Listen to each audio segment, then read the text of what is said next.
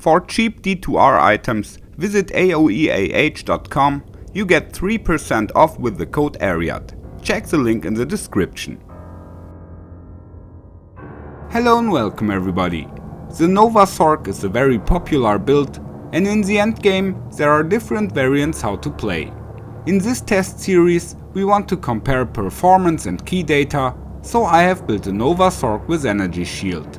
Most of the equipment will always remain the same: Griffins, Ormus, 320 Amulet, Mage Fist, Arachnid Mesh and 2 Jordans. So we get the maximum damage and also have 105% cast rate in each setup.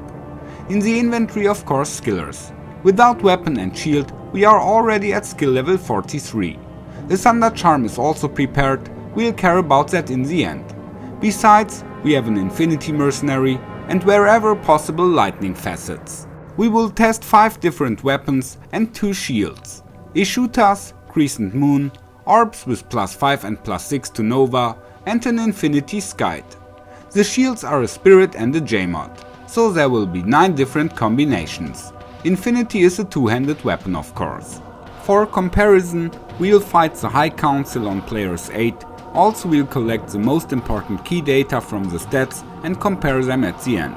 But now we'll start directly with the test series, because the sorceress is already charged and longs for a spark to jump over.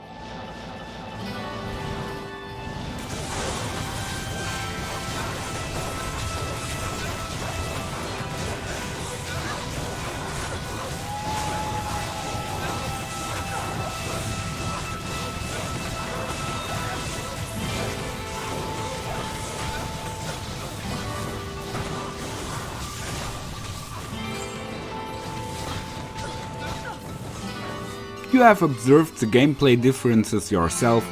They are not too big, but with the High Council I have chosen a target with a little more health points and some lightning immune monsters, so it's more easy to see the nuances. We should also consider that the game situation is not always the same. After all, the council members can have different mods, and the monsters also do not stand and move the same way every round. When adding a look into the statistics, the following statements can be made. Switching from Spirit to Jmod always costs around 400 damage points, but you get another minus 20% lightning resistance, and that's worth it. The plus 2 skills from Spirit gives more damage, because the lightning mastery is also increased, but the minus 20% from the Jmod are more effective in the end. So you can also understand why the variant with the Crescent Moon performed a bit better than the variant with Ishutas, despite 3 skill points more and also extra lightning damage. The blue staff has the most damage on paper, and together with the Jmod you also get minus 60% lightning resistance on the equipment. That's very tough. The yellow staff has about 400 damage points less. That's the difference of 1 skill point in all lightning skills. So if you play Crack of the Heavens, the loss of a skiller also costs about 400 damage. But this can still be worth it when playing a map with a lot of lightning immune monsters. More about that later. It is also noticeable that in the statistics Crescent Moon plus Jmod is a bit better than Infinity. We have a little more damage at the same resistance reductions.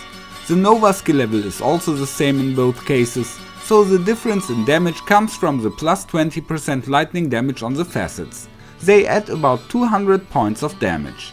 In addition, you also have block chance with the shield. Advantages about the Infinity version: you have the Conviction aura yourself, so you can also give the mercenary an insight. In the statistics we can see 3 values for the monster resistances. The base value is the one that adds up by the mods on your items, like Griffin's Eye or Rainbow Facets. It is also shown in the in-game statistics. The second value arises when including the minus 85% from the Conviction aura. Non-immune monsters get as much resistance deduction as noted at MLR1. When playing Crack of the Heavens, the deduction at MLR2 applies to all monsters. The Sunder Charm weakens the effect of the Conviction aura to only 20%, but you have to consider that immune monsters are not affected by lightning facets and similar until the immunity is broken, and the Conviction aura here also has only 20% of its effect. It always was like that, and that's also the reason why other elements could not really break immunities before Sunder Charms came. Against lightning, the Conviction aura is already enough to break the immunity of most monsters, because the resistance values here are not much higher than 100%. Conviction lowers the resistance of non-immune monsters by 85%, so for immune monsters only 17% are left. If a monster has 115% lightning resistance, you can just break the immunity with Infinity, and then the Facets and Griffin's Eye also will count. For other elements, this does not work in most cases, because the monster resistance values are even higher there.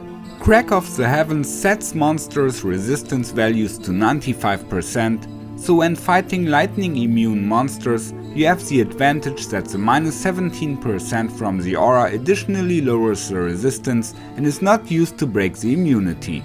Further, elite monsters can have a resistance value of 150% or more.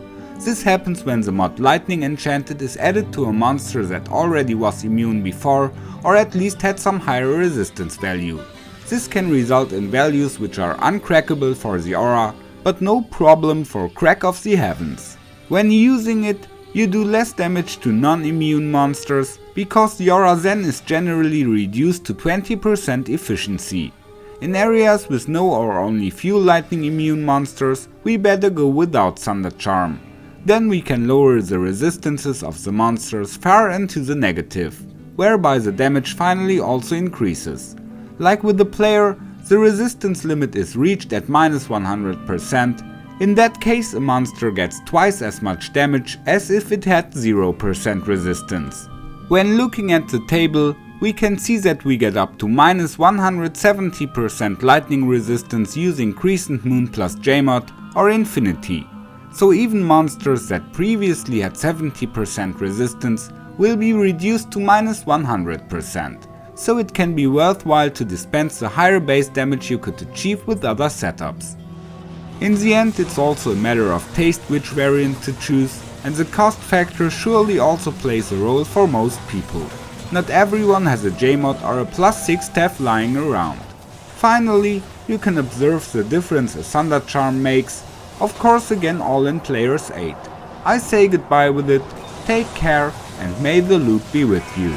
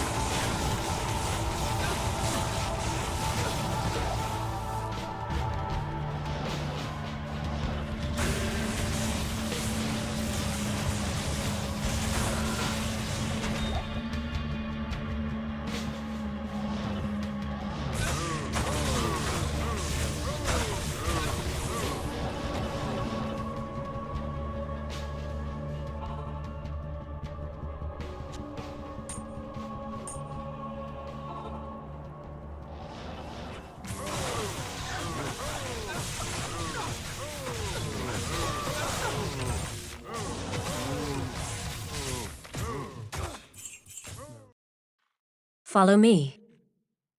Come on.